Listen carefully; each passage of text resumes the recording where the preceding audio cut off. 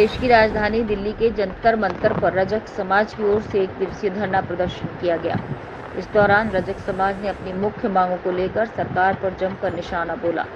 धरना प्रदर्शन में आए देश के विभिन्न राज्यों के प्रतिनिधि मंडलों ने मंच से ललकारते हुए कहा कि लोकसभा और विधानसभा में अगर रजक समाज को सम्मान नहीं मिला तो उनकी मुख्य मांगों को पूरा कर उनका अधिकार और हक नहीं दिया गया तो ये एक दिवसीय धरना प्रदर्शन आगे आंदोलन का रूप ले सकता है।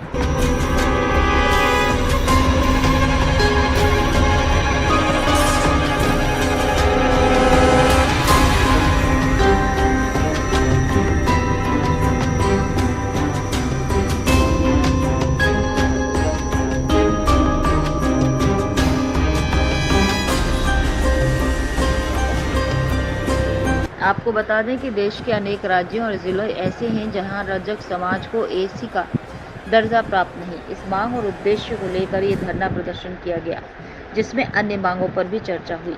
इस दौरान मुख्य रूप से रजक समाज के नेताओं ने समाज को जागरूक करने के लिए अपने उद्बोधन दिए। इस धरना प्रदर्शन में दिल्ली के अलावा राजस्थान, मध्य प्रदेश, छत्तीसगढ़, पंजाब, गुजरात, आंध्र प्रदेश, बिहार, उत्तराखंड, उत्तर प्रदेश सहित अन्य राज्यों से रजक समाज के लोग व जनप्रतिनिधियों ने भाग लिया। आपको दिखाते हैं दिल्ली के जंतर मंतर से रजक समाज का ये पूरा कार्यक्रम। तो महाराष्ट्र के 2 राज्यों में हम जुलूल गाते हैं और समूचा महाराष्ट्र पिछड़ी जाति में गिना जाता है। अजीब सी बात, अरे ये कौन सा कारण है, क्या तरीका है, ये कौन सा पैमाना है राज्य सरकारों, है हरियाणा प्रदेश की सरकारों या हरियाणा प्रदेश का सिस्टम या मध्य प्रदेश का सिस्टम किस आधार पे हमें पिछड़ी जाति में जोड़ा गया है? वो कौन सा पैमाना है जिसे अनुसूचित जाति का दर्जा नहीं दिया जा रहा है? लड़ाई इस चीज की है, लेकिन बात ये भी है कि हम इस मामले में जागरूकता है, लड़ाई भी लड़ रहे हैं, आते भी है दिल्ली में। इससे पहले भी भाई श्याम रजक जी ने इस लड़ाई की शुरुआत की थी। आज उसी लड़ाई को आगे बढ़ाने का काम विश्व रजक महासंघ लाल जी ने किया है। हम उन्हें धन्यवाद करते हैं। लड़ाई जारी रहनी चाहिए, लेकिन ये लड़ाई बड़ी तकनीकी है, इसलिए इस लड़ाई को कोर्ट कचहरी का भी सब मामला बनाना चाहिए। एक हाई कोर्ट जब ये राज्य सरकार से पूछेगी कि आपने सभी जाति को पिछड़े जाति में किस आधार पर डाल रखा है, तब सरकार की जवाबदेही बनेगी कि साहब इनका आधार, इनका पैमाना यह है। और जब कोर्ट के पास मैटर जाएगा तो फिर हम दिल्ली के जंतर मंतर पे खड़े होकर ऐसे ललकारेंगे कि 200 मीटर की दूरी पर संसद है, उसकी दीवारें कांपेंगी और केंद्र मजबूर होगा देश के 11 राज्यों में पिछड़ी जाति के अंतर्गत आने वाले धोबी शेड्यूल कास्ट कहलाएंगे, लेकिन उसके लिए लड़ना होगा। लड़ना कैसे होगा? मध्य प्रदेश के धोबी मध्य प्रदेश की विधानसभा को हिलाए, हरियाणा के धोबी हरियाणा की विधानसभा को हिलाए। अरे दिल्ली में हिलाने के लिए दिल्ली वाले बहुत है, आप सवाना सब ठीक होगा। पहले वहां से प्रस्ताव पास करा के केंद्र में तो भिजवाए। लड़ाई बड़ी टेक्निकल है, इसलिए इस लड़ाई को इतना आसान न समझना। बहुत लड़ाई लड़ी जा रही है। धोबी समाज से 500 पेजों का ग्रंथ भी लिखा जा रहा है, हम लिख रहे हैं, हमारी टीम लिख रही है, सब कुछ होगा। लेकिन आज मैं भी जल्दी में हूँ, मेरे घर में एक छोटा सा जरूरी काम है, मुझे अभी निकलना है, मेरे को घर जाना है, इसलिए मैं आप लोगों के बीच में ज़्यादा समय नहीं लूंगा। बस इतना कहता हूँ कि आज का ये कार्यक्रम एक आवाज है, एक उमंग है, एक जोश है, एक जज्बा है जो प्रागीलाल जी के नेतृत्व में लड़ा गया है। दिल्ली के साथी हमारे कुछ आए हुए हैं, आगे भी आएंगे। तैयारी ऐसी हो रही है, एक ताकत बनाएंगे और एक ऐसी ताकत जो एकता का प्रतीक हो, परिचालक हो। धरना प्रदर्शन में मुख्य रूप से पधारे राजू दिवाकर, प्रदेश अध्यक्ष दिल्ली, अन्ना नाग मल्लेश्वरम, राष्ट्रीय अध्यक्ष नेशनल धोबी महासंघ आंध्र प्रदेश, अनिल शिंदे राष्ट्रीय कार्यकारिणी अध्यक्ष अकोला, अमित खत्री युवा राष्ट्रीय अध्यक्ष ABDM, कमांडो कमल किशोर, पूर्व सांसद गुलशन कुमार, वरिष्ठ समाजसेवी दिल्ली, भूप सिंह रजक राष्ट्रीय सचिव ABDM, अनंतराम रजक पूर्व पार्षद, अजय रजक राष्ट्रीय उपाध्यक्ष MDM मणिपुर, गीता रजक महिला समाजसेवी, बबली चौहान महिला वरिष्ठ पत्रकार, मीनाक्षी देसी राष्ट्रीय महिला कार्यकारिणी अध्यक्ष मुंबई महाराष्ट्र, तो वहीं राजस्थान से राजेंद्र अखरिया प्रदेश अध्यक्ष, प्रबोध दिवाकर, सजिन शेडवाल युवा प्रदेश उपाध्यक्ष रजक समाज, राजस्थान से राजेश कन्नौजिया, चंदन कन्नौजिया, जयचंद श्रीनिवास, पीताम्बर सिंह, सुनीता रजक, छतरपुर मध्य प्रदेश आदि लोगों ने धरना प्रदर्शन में भाग लिया। पार्लियामेंट के अंदर और पार्लियामेंट के बाहर दोनों चीज को अच्छी तरह समझता हूँ। मैं आयुष में मेरी पत्नी थी, इसमें सभी महिलाओं को, तमाम सारी महिलाओं को मैंने आज न्योता दिया। फिर हमको वो बहुत गलती कर रहा है। रिसेंटली एक लेडी ने बेंगलुरु पे हमारा समाज को इतना अवमान करते बात किया था, इसका वजह से जो आंध्र प्रदेश में कम से कम 2024 में यह नारा होगा और विपक्षी पार्टियों से भी मैं करना चाहता हूँ कि अगर धोबी समाज को सम्मान देना हो तो अपने घोषणा पत्र में शामिल करिए। इस 11 राज्य को SC/ST में शामिल कर दिया जाएगा, तब तो यह समाज आपको वोट देने का अधिकार होगा और यह समाज आपके बीच में जाएगा। आज मैं पूछना चाहता हूँ, हमारे प्रतिनिधिगण जो आते हैं बहुत से लुभावने वादे करते हैं, आज तक बता दें हमें, चाहे कोई भी सरकार नहीं हो, हमारे समाज का कौन सा उद्धार हुआ, कौन सा लाभ हुआ।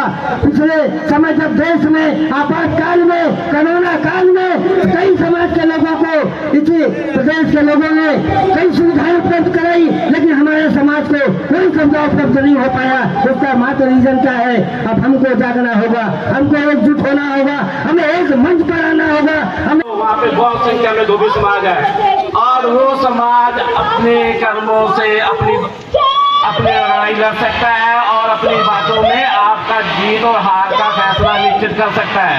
मैं इस मन से एक बार बहुत कहता हूँ कि समय बहुत कम है। राष्ट्रीय रजक महासंघ भारत से दिल्ली का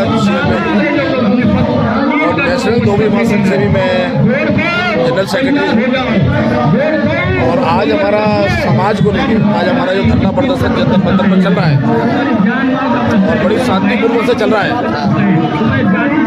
और हमारी मांग है सरकार से कि भाई हमको जो है अनुसूचित जाति में डाला जाए।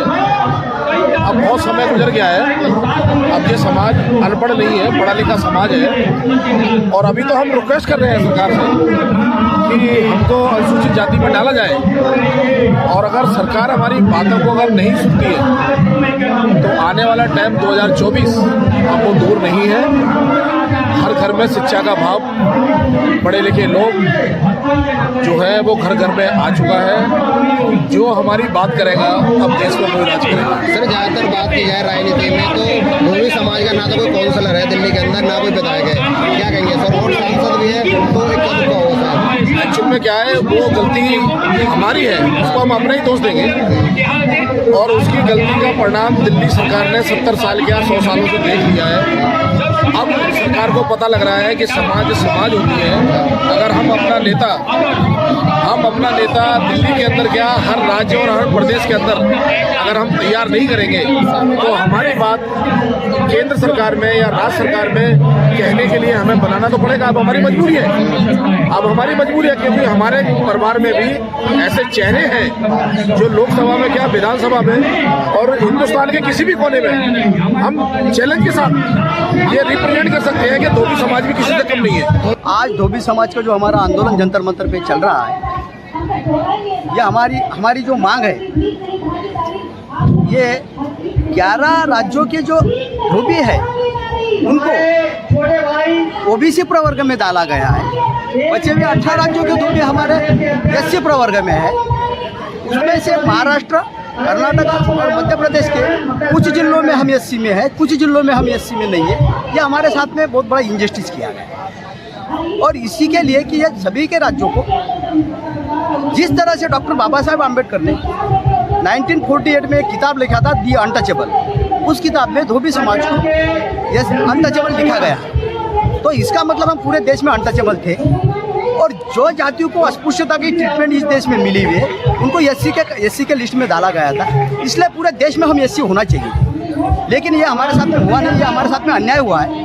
और आज भी हम 18 राज्यों में जो शेड्यूल कास्ट में है उनका जो प्रतिनिधित्व है वो कायम रखा गया, बाकी 11 राज्यों का प्रतिनिधित्व छीना गया। इसी के कारण हमारे साथ में अन्याय हुआ है। आज हमारे बच्चों का शिक्षण का नुकसान हुआ, हमारा एजुकेशन का नुकसान हुआ और हमारे पिताजी का भी हुआ। इसलिए बोल रहा हूँ कि हमारा जो धोबी समाज का जो आंदोलन है वो भीख नहीं मांग रहा है, ये हमारा कॉन्स्टिट्यूशनल राइट्स है। और हमारा संख्या में समाज हर जगह संख्या में कम होने के कारण हमारा हक हमको मिल रहा नहीं है। हम महाराष्ट्र में लड़ रहे हैं, कर्नाटक में लड़ रहे हैं, मध्य प्रदेश में लड़ रहे हैं।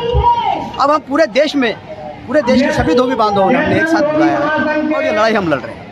देखिए, मैं फिलहाल मणिपुर से आया हूँ और हमारी मांग ये है कि भारतवर्ष के 29 राज्य में और 8 केंद्र शासित प्रदेशों में समान रूप से रजक जाति को एससी का दर्जा मिले। वर्तमान में 15 राज्य और 3 केंद्र शासित प्रदेशों में रजक समाज को एससी में रखा गया है, बाकी 14 स्टेट और 5 केंद्र शासित प्रदेश में इसे ओबीसी में रखा गया है। हमारी मांगे हैं कि जो कॉन्स्टिट्यूशनल प्रोविजंस बनाए गए थे उसमें ये स्पष्ट था कि जो socially backwardness of the community, educationally backwardness of the community और अनटचेबल को देखना था। तो हमारा ये कहना है कि कश्मीर से कन्याकुमारी, सिलचर से पोरबंदर, नागपुर, भोपाल, पूर्वोत्तर राज्य नागालैंड, मिजोरम, मणिपुर, बंगाल, हर जगह हमारी स्थिति एक ही जैसी है। और मैं एजुकेशन के बारे में बताना चाहता हूँ कि नेशनल एवरेज आज एजुकेशन का 74% है, आप गूगल करके देखिए। और जब रजक समाज का एजुकेशनल स्टेटस देखेंगे तो वो सिर्फ 15 से 17% है। तो हम एजुकेशनली भी बहुत पीछे हैं। और आज भी धोबी समाज के धोए हुए कपड़े में या तो गंगा जल का छींट मारकर या उस कपड़े को भिगोकर अपने घरों में इस्तेमाल करते हैं। तो मैं अछूत भी हूँ, मैं एजुकेशनली पीछे भी हूँ, मैं सामाजिक स्तर से पीछे हूँ। तो मुझे समान रूप से भारतवर्ष में एससी का दर्जा मिले। इसका धोबी समाज यह सांकेतिक रूप से इकट्ठा हुआ है, ये संकेत है उसके लिए हमारे देश की संख्या, देश में करोड़ों की संख्या में धोबी समाज मौजूद है, उसके बाद भी अपने हक और अधिकार से वंचित है। हमारे 11 स्टेट इस लड़ाई को लड़ रहे हैं। देश में एक संविधान, एक विधान, वन नेशन वन कास्ट, उसके साथ एक सौतेला व्यवहार क्यों? 11 प्रदेशों में हमें हमारे अधिकार से जो हमें आज नहीं मिला, देश आजाद हुआ जब से नहीं मिला हुआ है, उससे वंचित रखा गया है। अनुसूचित जाति का आरक्षण जो हमारा हक, हमारा अधिकार है, उस अधिकार की लड़ाई की बात करते हुए इसी संदर्भ में आज एक सांकेतिक धरना हुआ है। इस सरकार को, केंद्र सरकार को, हर राजनीतिक पार्टी को चेताने के लिए अगर हमारे समाज की अनदेखी की गई तो आने वाले 2024 के चुनाव में अपनी वोटों की ताकत से पूरे देश के धोबी सरकार को दिखाने का काम करेगा, धोबी की शक्ति का। क्या हो रहा है, ज़्यादा लोग गैदरिंग नहीं हो रहा है, इसीलिए गवर्नमेंट का, किसी गवर्नमेंट ने हमको जो कितना देने का है वो देने में मना कर रहा है। इसीलिए हमारा कोशिश है पूरा देश में कितना लोग हैं अब सब एक ही साथ में जड़ाना का है, सबको एक ही मंच पे लेने का है। वो टाइम पे ये गवर्नमेंट सभी वो स्टेट का हो, सेंट्रल का हो, पता चलेगा जो भी लोग इतना लोग हैं ये एक साथ है। उसको अलग अलग संगठन बना रखे हैं, इसी वजह से आप लोगों को एक मंच पर ले आना होगा। अब ओके, जो मैं बोलने का है, ये नेशनल धोबी संघ ने, हमने संघ के बारे में नहीं रजिस्टर किया था, इसको किया था जो परमिशन लेने का है ना, इसी जगह पे लिया था। हमका जो मेन मामला है, सभी संघ का एक ही पास जेएसी बनवाने का है, जॉइंट एक्शन कमेटी। जो इंडिया में कितना समाज संघ है वो सबका एक ही साथ में जेएसी बनवाने का है। उसके साथ एक बढ़िया मीटिंग इधर दिल्ली पे जंतर मंतर में नहीं है, वो रामलीला मैदान में इतना बढ़िया वाला करके दिखाने का है। जो हमने सभी धोबी लोगों का और भाई बहनों को इन्वाइट कर रहा है, किसी को किसी ने जस्टिस का लेकर को वो अच्छे नहीं है, ये सही नहीं, ऐसे नहीं बोलने का है। जो भी है, एक मिनट, जो भी है वो मर्डर किया, अत्याचार किया और नहीं तो लूटी किया, क्या किया तो भी वो जो भी है ना हमारा साथ चलेगा।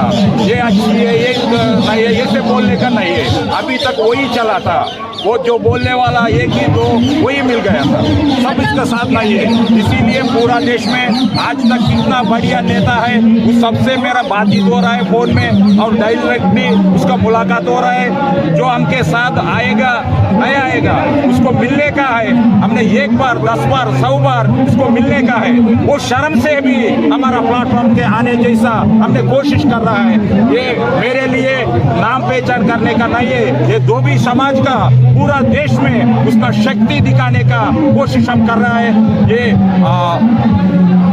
नेक्स्ट अगले पार्लियामेंट सेशंस का लास्ट सेशन है दिसंबर पे, वो टाइम पे हमारा आवाज़ इतने बढ़ाने का है। हर पार्टी ने उसका मैनिफेस्टो में हमारा धोबी एससी करने का वादा करने का है। बिना वो करने से उससे हमारा स्टेट पे जो स्टेट है ओबीसी में वो सब स्टेट वो ऐसी गवर्नमेंट को ऐसी पार्टी को पर धरना हुआ है। धोबी समाज और रजक समाज के लोगों के पूरे भारत के संघ और महासंघ धोबी के एक साथ इकट्ठा हुए हैं। मैं उनको बधाई देता हूं, धन्यवाद देता हूं। उनकी मांगों की सरकार नहीं करेगी तो उसका खामियाजा भुगतना पड़ेगा, चाहे स्टेट में हो या देश में। अगर सर बात की जाए कुछ जो धोबी समाज के लोग हैं, कुछ अनुसूचित जाति में रखा जा रहा है, कुछ सामान्य वर्ग में ओबीसी में, क्या कहेंगे? इनको अनुसूचित जाति में अब लेके आ जाना चाहिए। जहाँ उनको सम्मान नहीं मिलता तो अनुसूचित समाज में कम से कम को सम्मान तो मिलेगा।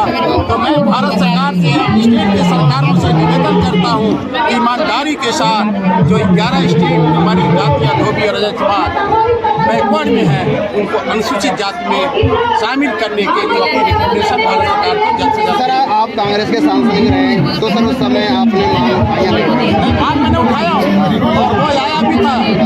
हरियाणा की मांग मैंने उठाया हूँ उस वक्त मध्य प्रदेश का, लेकिन चूंकि स्टेट से नहीं आया इसको संकलन करने में मजबूर था। जब तक कि स्टेट सरकार, स्टेट गवर्नमेंट रिकमेंड नहीं कोई चीज़ करती है, खास करके किसी जात को किसी एक संविधान के तहत एक अनुच्छेद से दूसरे अनुच्छेद में ले आने के लिए उनका स्टेट का रिकमेंडेशन बहुत जरूरी है। आपने राहुल गांधी के साथ चलने की आपने बिल्कुल चलेंगे, मैं चलता रहा हूँ, चलता रहूँगा। कमांडो साहब, राजस्थान में आपकी सरकार है, देश में राहुल गांधी देश को बदल सकते हैं। मैं तब भी था, आज तो आगे भी रहूँगा। और राजस्थान में आपकी सरकार है, क्या कहेंगे सर? बिल्कुल राजस्थान में सरकार रिपीट हो रही है। नहीं रिपीट तो हो रही है। जो लोग टिकट नहीं सुनती सरकार, तो आगामी योजना क्या रहेगी आपकी? आगामी योजना क्या होगी अगर नहीं सुनती आपकी मांगों को सरकार? नहीं मांगेगी तो मैं पार्लियामेंट में जाने के बाद अपनी सरकार बनने के बाद भी अपनी मांग को रखूंगा। कहीं ना कहीं राजस्थान में लोगों को टिकट नहीं मिल रही जो कांग्रेस सरकार में। लेकिन टिकट का सवाल मेरा नहीं, टिकट का सवाल हमारे नेता का, उनको जो तय करना है। कहीं ना कहीं समाज के विधायक सांसद आए निकल के सामने। देखिए हम कोशिश करेंगे, अगर हमारे समाज के लोग इस तरह के लेखुन हैं भाई हमसे बात करें, निश्चित रिकमेंड करूँगा। कमांडो साहब कुछ लोगों मानना है कि कांग्रेस सरकार देश में 60 साल रही, पूरे धोबी समाज अनुसूचित जाति में नहीं रहा पूरे देश में। क्या आपको लगता है कि दोबारा कांग्रेस सरकार होगी तो धोबी समाज को सभी राज्यों में अनुसूचित जाति में रखा जाएगा? पूरा प्रयास करूँगा, इनसाइड और आउटसाइड में लड़ूंगा। मेरी सरकार बनेगी तब भी, नहीं सरकार है तब भी मेरा पैदा धोबी समाज को मैं मैसेज देता हूँ। हमारे धोबी समाज के लोगों को यह चाहिए कड़ी मेहनत करके राजनीति के क्षेत्र में उनको प्रवेश करना चाहिए। जब तक उनकी भागीदारी नहीं मिलेगी तब तक उनको उनका अपना हिसाब करना।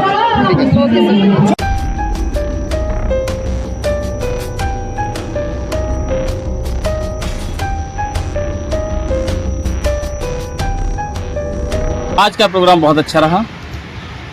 और क्या क्या मुद्दे थे जंतर मंतर पे जो धरना प्रदर्शन किया गया था उसको लेकर? आज जंतर मंतर पर रजक समाज के विभिन्न संगठनों ने एकजुट होकर के रजक समाज को पूरे देश में अनुसूचित जाति में लाने की मांग कही। वहीं समान आरक्षण मिलने की बात कही।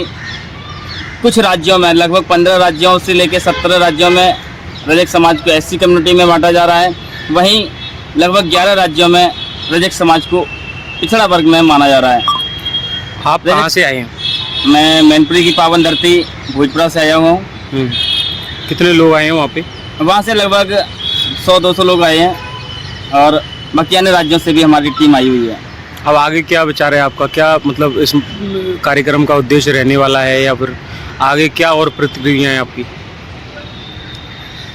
हमारा उद्देश्य यही है, समस्त संगठनों ने रजक समाज के उत्थान के लिए जो बातें कही हैं, जो मांगे रखी हैं, उन मांगों को सरकार से पूरा कराना।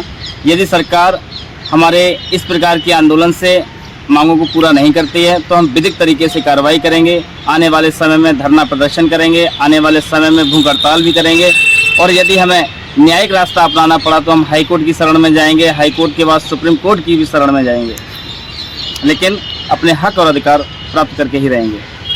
अब नई युवा पीढ़ी है जो शिक्षित हो गई है और वो बाबा साहब के बताए हुए रास्ते पर चलने के लिए तैयार है, और अभी तक जो हमारे समाज को अधिकार नहीं मिला है या फिर हमारा दबाया गया है, उसके लिए संघर्ष के लिए हर तरह से तैयार है और इसे पाकर रहेंगे। क्या सोच के आए थे आप आज दिल्ली में? हम अभी एक शांतिपूर्वक तरीके से अपनी बात को रखने का काम किया है कि सरकार के सामने अपनी बात रख सकें और अपने समाज के लिए हक की मांग कर सकें। क्या लगा आपको पूरे कार्यक्रम को देख करके, क्या कहाँ तक कार्यक्रम ये कैसा रहा?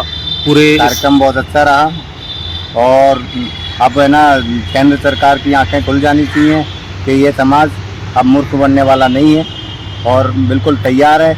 अगर हमारी बातें नहीं सुनी गई तो हम सोट वोट की करेंगे और इस सरकार को उखाड़ के फेंक देंगे। तो क्या लगता है, आप भी एक राजनीतिक पार्टी से जुड़े हुए, तो ये लोकसभा और विधानसभा के दोनों अब चुनाव आ रहे हैं, तो क्या लगता है कि पहले की तरह जो रजक समाज को लॉलीपॉप दी जाती थी, इस बार भी लॉलीपॉप ही दी जाएगी? अब मैंने पहले भी बताया है कि अब युवा हमारा शिक्षित है और कंपैरिजन करना जानता है, कौन हमारे लिए सही है कौन गलत है। अब मूर्ख बनने वाला नहीं है। अगर हमारी मांगें नहीं मानी गई तो इस सरकार को काट के फेंकने की ताकत रखता है। एक और भाई हमारे साथ मौजूद हैं, आप क्या कहना चाहते हो इस कार्यक्रम को लेकर के? जी, मैं ये कहना चाहता हूँ कि मेरा नाम एडवोकेट निर्दोष कुमार गौतम जी, मैं यूपी मैनपुरी से आया हूँ। तो रजक समाज की जो मीटिंग थी उसका मेन उद्देश्य ये रहा कि हमने ये कार्यक्रम में सफल बनाने के लिए आए कि हमारे जो तमाम संगठन पूरे भारत के जो इकट्ठे नहीं थे, एकत्र नहीं थे, और लॉलीपॉप हर राज्य में अलग अलग लॉलीपॉप दे दिया जाता था कि भाई हम तुम्हारे लिए ये कर देंगे। कहीं एससी बना देते हैं, कहीं ओबीसी बना देते हैं। तो आरक्षण की राजनीति, यानी हमारे पढ़ाई की अगर बात की जाए, शिक्षा की बात करी जाए, वहाँ आरक्षण हमारा ख़त्म कर रहे हैं। स्कॉलर से लगा के छात्रावासों की व्यवस्था ख़त्म करने का काम कर रही है ये डबल इंजन की सरकार। तो केंद्र और राज्य सरकार दोनों की बात कर रहा हूँ सर। तो अब मेरा उद्देश्य ये है कि अब ये कानूनी कार्रवाई और विधिक सलाह के माध्यम से और सरकार को आपके चैनल के माध्यम से मैं बताना चाहूँगा, यहाँ जंतर मंतर पर आने का उद्देश्य ये अम्बेडकर भवन में आप जो अभी वार्ता चल रही है इस संबंध में, इसको मैं साफ साफ सरकार को चेतावनी देना चाहता हूँ। अब ये संगठन एकत्र हो गया है और संघ हमारा बहुत मजबूत है पूरे देश का। मैं समाज के लिए काम कर रहा हूँ और समाज को एकत्र करने के लिए अपने खून का एक एक रिक्त बहा दूंगा, दिन रात एक करूँगा और समाज के लिए हर लड़ाई लड़ूंगा जंतर मंतर से लगा के, और पूरे गाँव-गाँव जाकर मैं ये कारनामा को बढ़ाऊँगा। तो साथियों यही मेरा कहना। जय भीम, जय नर्मदा, जय संविधान। गुजरात की धरती अहमदाबाद से भी एक शख्स आए हैं, इनसे हम बात करेंगे कि किस प्रकार से आप गुजरात से और दिल्ली तक का सफ़र आपने तय किया है, और उस उद्देश्य के साथ में कि दिल्ली के जंतर मंतर पे आप आए हो रजक समाज की मांगों को लेकर। आपको इस कार्यक्रम को देखते हुए क्या लगा? मेरा नाम वर्जीत चंद है और मैं अहमदाबाद से आया हूँ और धोबी समाज को मजबूत करने के लिए आया हूँ। अपना समाज काफ़ी टाइमों से संगठन बहुत बने हुए हैं पर अलग अलग गुट में लोग काम करते हैं। तो मैंने आज ये बोला कि भाई ऐसा संगठन बनाओ कि हर मोहल्ले में संगठन कितना भी हो, मगर आज की तारीख में धरना प्रदर्शन के टाइम पे पूरा अपना समाज एक संगठन होना चाहिए तो सरकार अपनी आवाज़ सुनेगा। पहली बात तो यह है कि जब गुजरात सरकार हमारे यूपी, एमपी, राजस्थान, दिल्ली कोई भी सरकार से राज्य से आने वाले को दोहरी नीति अपना रही है, जिन स्टेट में लोग हैं उन स्टेट का दर्जा वहाँ गुजरात में नहीं दे रहे हैं। तो मैं सरकार से वो कह रहा हूँ कि भाई कि जो लोग जिस राज्य से आए हो, जिन लोगों का वहाँ दर्जा मिलता हो, उनका करीब करीब वो दर्जा तो मिलना चाहिए, वो भी नहीं मिल रहा है। गुजरात का नहीं मिला रहे। जो हमारी गुजरात के अंदर हर प्रांत के आने वाले लोग बहुत तकलीफ में हैं, बहुत मुश्किल में पड़े हुए हैं। तो इसीलिए मैं भी यहाँ दिल्ली के आया हूँ कि भाई कि अपना समाज को एक संगठित होए, और 17 स्टेट में लिया हुआ है, 11 स्टेट में नहीं लिया हुआ है, तो इनका भी प्रावधान अपना पक्का हो जावे। एक बात मैं कहना चाहूँगा, शायद आपको पता होगी या नहीं होगी, कि गुजरात के अंदर सरकार ने जो प्रमोशन पे आरक्षण होता था वो भी खत्म करके रखा है। वो भी खत्म कर दिया है, वो भी खत्म कर दिया है। जब हम लोग मेरे से पहले जो लोग 5-10 सदस्य वहाँ गए थे और उनको बोला है कि भाई कि आप हमारे समाज है, छोटा समाज है, तो क्या होना चाहिए, तो वो बोला कि भाई सब आप ऐसा करो कि 10 वर्ष का इसको कटौती दो, तो हमारी सरकार पढ़ाई वढ़ाई लिखाई में बच्चों के लिए ऐसा होगा, जब पर प्रांत लोग आ रहे हैं वो भी तकलीफ नहीं होगा। सरकार ने एग्री तो कर लिया, मगर सरकार ने क्या किया, 10 साल गिन के और 1478 लगा के और कट ऑफ डेट को जाहिर कर दिया। इसीलिए अब जब तक कट ऑफ डेट जाहिर नहीं होगा, तब हमारे गुजरात के आने वाले हर प्रांत के बाल का निराकार करें। देखिए, अब फिर से राजस्थान की धरा पर चल रहे हैं और राजस्थान के प्रदेश के जो प्रभारी हैं गजेंद्र जी, इनसे हम बात करेंगे और ये पूरी टीम को लेकर के दिल्ली जंतर मंतर पे आए हैं। गजेंद्र जी, आपको पहले आते समय कैसा लग रहा था कि वहाँ का माहौल क्या रहने वाला है, क्या प्रदर्शन कैसा होगा, हमारी जो मांगे हैं वो पूरी हो पाएंगी या नहीं हो पाएंगी, इसको लेकर के आप क्या कहना चाहते हैं? सबसे पहले तो ये मैं बताऊं कि हम लोग जो बाहर थे, दिमाग में कोई शंका थी कि कैसे कितनी भीड़ आएगी, कितनी भीड़ नहीं आएगी, समाज एकत्र होगा नहीं होगा, या एक मत से सभी विचार व्यक्त करेंगे नहीं करेंगे। लेकिन जब यहाँ पहुँचे और जो पूरे हज़ारों की संख्या में भीड़ आई थी, लगभग 1000-1500 लोग, उनका सब एक मत था कि पूरा एक देश, एक संविधान, एक आरक्षण और एक पहचान रजक समाज के रूप में। तो वो काफ़ी हद तक सफल हुई है। तो कहीं ना कहीं राजस्थान से आपने नेतृत्व किया है, कैसी संख्या रही है राजस्थान की यहाँ पर? राजस्थान से भी अच्छी संख्या में लोग आए, कुछ रुके हैं, कुछ निकल गए हैं, कुछ साथ में आए हैं, कुछ अपने अपने साधनों से आए। लगभग 100 से 50 लोग आए हैं। राजस्थान में तो जो अनुसूचित जाति के लोग हैं वो एससी का दर्जा उन्होंने मिला हुआ है, लेकिन आपकी जो मुख्य मांगे थी वो क्या क्या थी? देखिए, राजस्थान में तो एससी में हम लोग आते हैं, लेकिन हमारा मुख्य उद्देश्य था, जो हमारा एक रजक समाज है, जिसे हम धोबी समाज के नाम से भी जानते हैं, पूरे देश में संविधान के अनुसार उसको पूरा अनुसूचित जाति में लिया जाए। क्योंकि अलग अलग जगह अलग अलग कैटेगरी में होने से वो आपस में भेदभाव होता है, कुछ धर्म के आधार पे, कुछ पार्टी के आधार पे, कुछ सोच के आधार पे, कुछ वो इसी आधार पे वो तर्क वितर्क करते रहते हैं और कई इस लेवल पे पहुंच जाते हैं कि कुतर्क भी करना शुरू कर देते हैं। अगर हम पूरे हिंदुस्तान में एक ही छतरी के नीचे आ जाते हैं तो हमारी सोच एक जैसी होगी, और हमारी लड़ाई जो है वो आरक्षण के अलावा, आरक्षण के साथ साथ संविधान को और सरकारी संस्थानों को बचाने की भी है।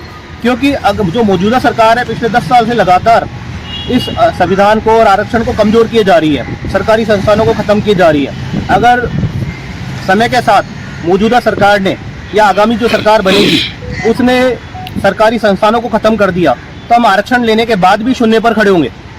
तो हमें हमारी लड़ाई को नज़रिया चेंज करना पड़ेगा। हमें आरक्षण के साथ साथ सरकारी संस्थानों को भी बचाना पड़ेगा। सरकारी जो संविधान है हमारा, जो बाबा साहब अम्बेडकर जी ने हमारे लिए, सबके लिए लिखा, महिलाओं के लिए लिखा, उसको भी हमें बचाना पड़ेगा।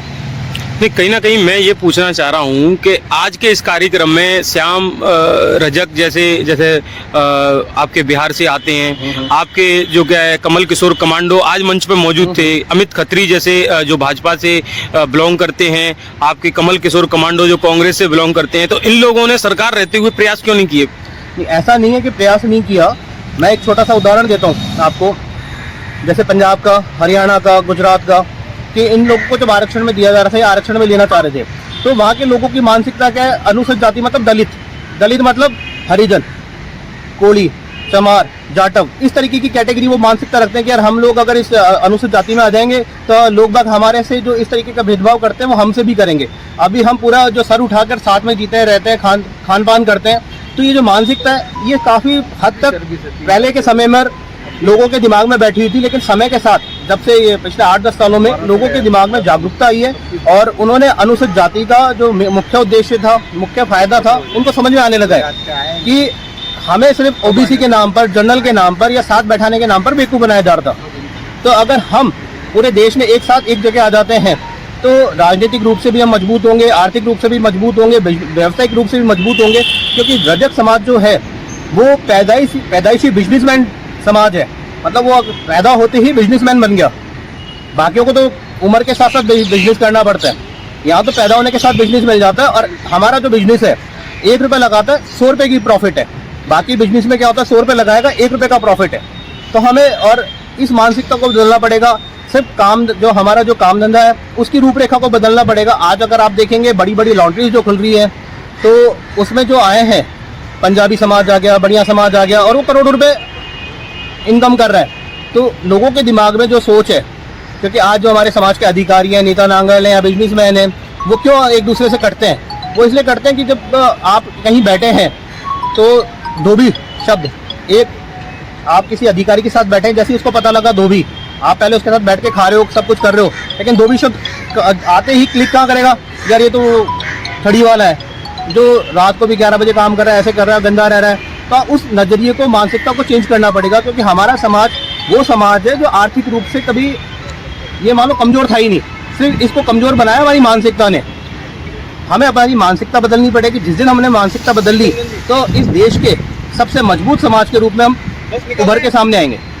तो ये थे हमारे साथ में राजस्थान से जो नेतृत्व कर रहे हैं। अब एक बार पाली से जो आए हैं इनसे हम बात करेंगे कि भाई किस प्रकार से आप राजस्थान की तरफ पाली से आए हो और कितने लोग पाली से आए हैं और क्या नाम है आपका, ये बताएं। जी, मैं राजेश कनौजिया, पाली राजस्थान से।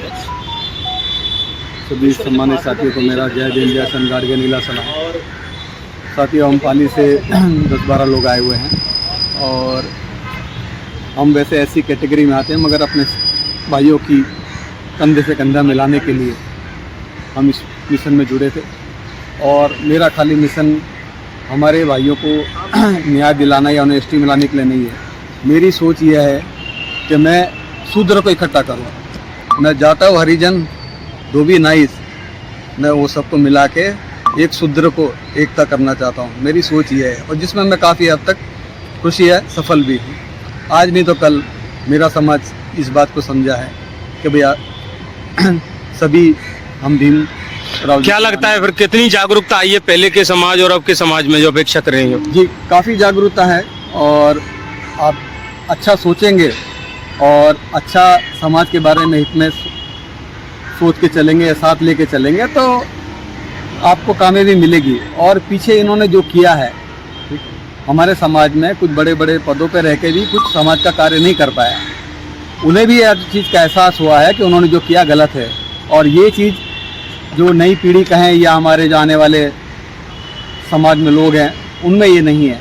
ये एक अच्छे मार्गदर्शन है और इसी तरीके से हम अपने जो धरने हैं उसको हम अगला धरना, अगर सरकार ने हमारी बात नहीं मानी तो अभी हम खाली पदाधिकारियां थे जो जंतर मंतर में इकट्ठा हुए थे और सरकार ने अगर अभी भी हमारी बातें नहीं मानी तो हमारा अगला धरना जो होगा वो इससे बड़ा करेंगे। और उसमें जो समाज हर हिंदुस्तान के हर कोने से